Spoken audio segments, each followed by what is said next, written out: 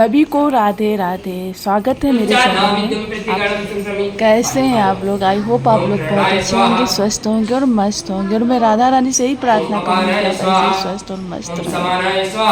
आज की कथा में सुनेंगे मानव जीवन में कलयुग का क्या प्रभाव होगा और इससे बचने के उपाय, कैसे बचा जा सकता है घोर कलयुग से।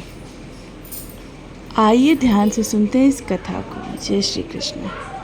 कथाओं को सुनकर और उनका चिंतन करके ही हम कलयुग के बुरे प्रभाव से बच सकते हैं और अपने मानव जीवन को सफल बना सकते हैं।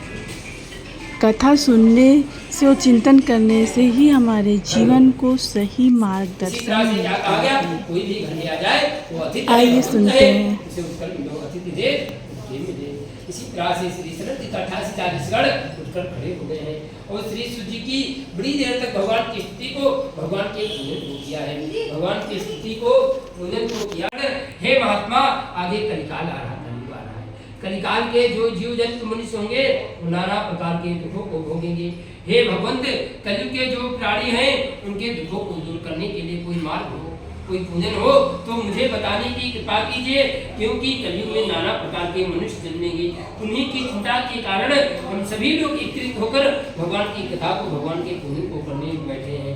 कोई उत्तम व्रत कथा हो तो मुझे बताने की कृपा कीजिए। तो कहते हैं कलिकाल के मनुष्यों के लिए एक बार श्री नारद जी भगवान का जप करते हुए भगवान नारायण भगवान विष्णु से पूछा था। जिस तरह से भगवान विष्णु ने नारद मुनि से कथा को कहा है, वही कथा मैं तुमसे कहता हूँ, सावधान होकर सुनो। एक बार श्री नारद जी हरि का भजन करते हुए, श्रीमन नारायण करते हुए इस मृत लोक पर आ गए, पृथ्वी पर आ गए। नारद जी इस पृथ्वी पर आकर भ्रमण कर रहे थे। नारद जी घूम रहे थे। नारद जी भ्रमण करते करते इस संसार को छोड़कर चले गए हैं। नारद जी संसार को भ्रमण करते करते बड़े दुखित हो गए हैं।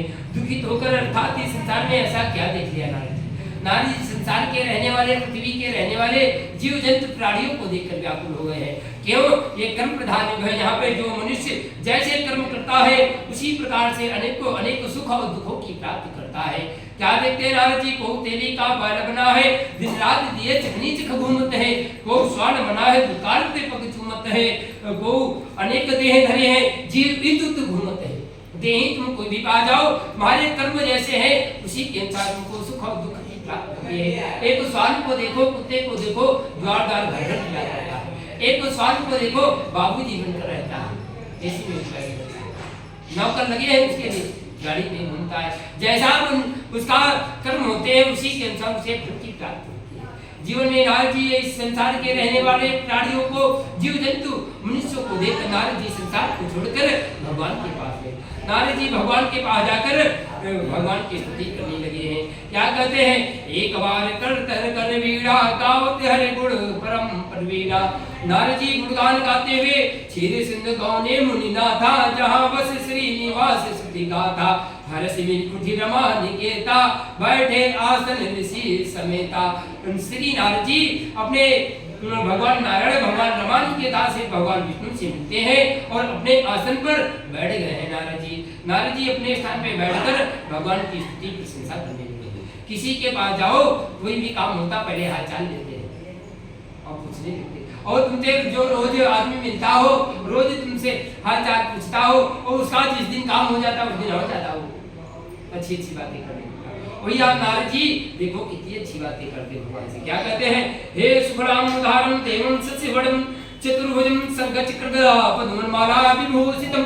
भगवान देखो कैसे प्रभु। नारद जी कहते हैं हे प्रभु, हे भगवंत, शुक्लाम उदाहरम। भगवान सुंदर शुक्लाम उदाहरम। भगवान कैसे हैं? ये हमेशा सौले रहते हैं। श्री सत्यार्थ के रूप में सुंदर है, गोरे हो जाते हैं। शुक्लाम उदाहरम। देवम सस्यवडम, देवताओं में शशि मतलब चंद्रमा। चंद्रमा सबसे देवताओं में अग्र है, देवताओं का पंडित है चंद्रमा। वो भी भगवान के सामने तुच्छ दिखता है।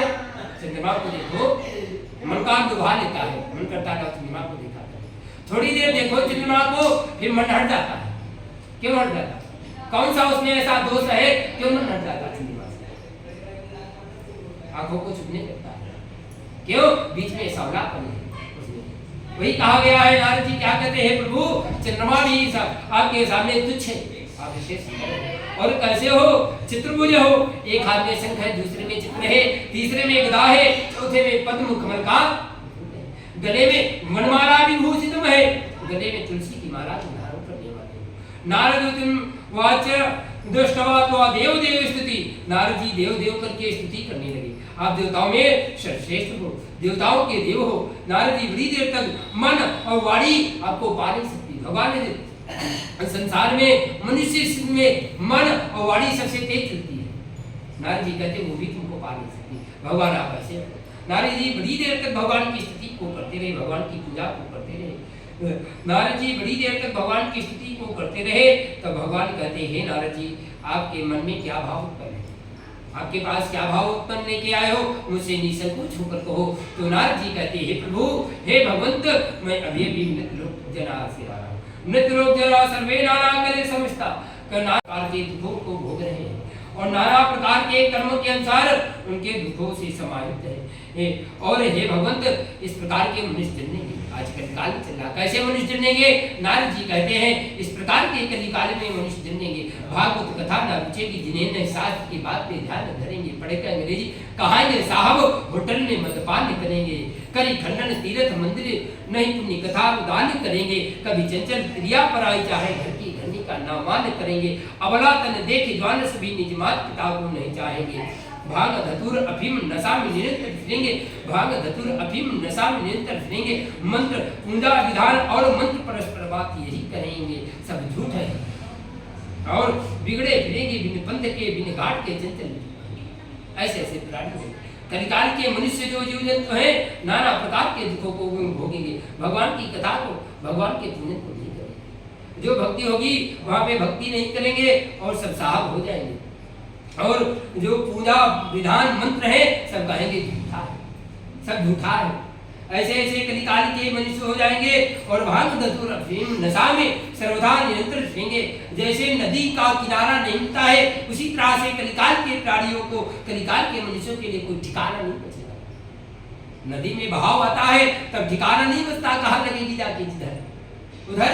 कलिकाल के मनुष्य भी इसी तरह के पापी हो जाएंगे। हे भगवंत उसे बचा कैसे जाए, हे भगवंत उसे बचा कैसे जाए। जय जन मन रंजन पाप प्रभंजन सुखकारी मुनि संता चंचल नर नारी यत दुख भारी है। कल के जो मनुष्य है चंचल हो जाएंगे, बड़े दुखों को भोगेंगे। हे भगवंत बचाइए बचाइए। तो भगवान कहते हैं इसे बचने के लिए भगवान श्री सत्याव्रत कथा है, जो भगवान श्री सत्याव्रत कथा को करेगा